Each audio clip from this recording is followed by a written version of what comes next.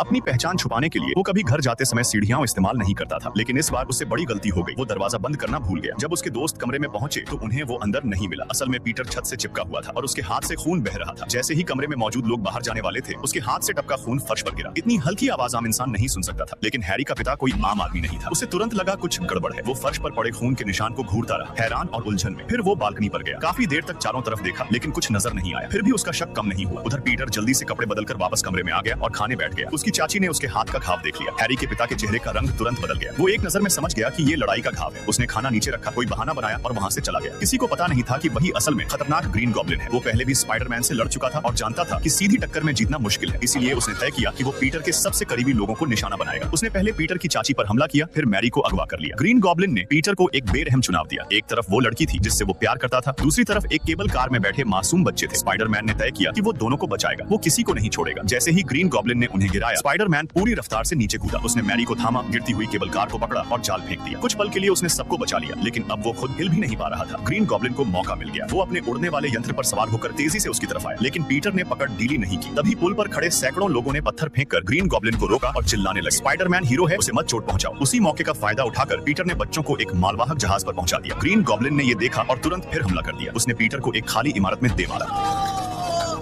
फिर उसके पास एक बम फटा, जिससे वो कुछ पल के लिए संभल ही नहीं पाया। वो बार बार गिरता रहा और हमला सहता रहा। वो निकलने की कोशिश करता, लेकिन फिर जमीन पर गिरा दिया जाता। ग्रीन गॉब्लिन चाहता था कि पीटर आसान मौत न पाए। उसने कसम खाई कि पीटर के बाद मैरी को भी दर्द देगा। ये सुनकर पीटर का गुस्सा फूट पड़ा। उसने पूरी ताकत से पलटवार किया और ग्रीन गॉब्लिन को हरा दिया। उसने मुक्कों से अपना सारा गुस्सा निकाल दिया। तभी सच सामने आया। ग्रीन गॉब्लिन कोई और नहीं बल्कि हैरी का पिता नॉर्मन था। नॉर्मन ने पीटर से माफी मांगी और कहा कि उसके अंदर की बुरी ताकत उसे काबू कर रही थी।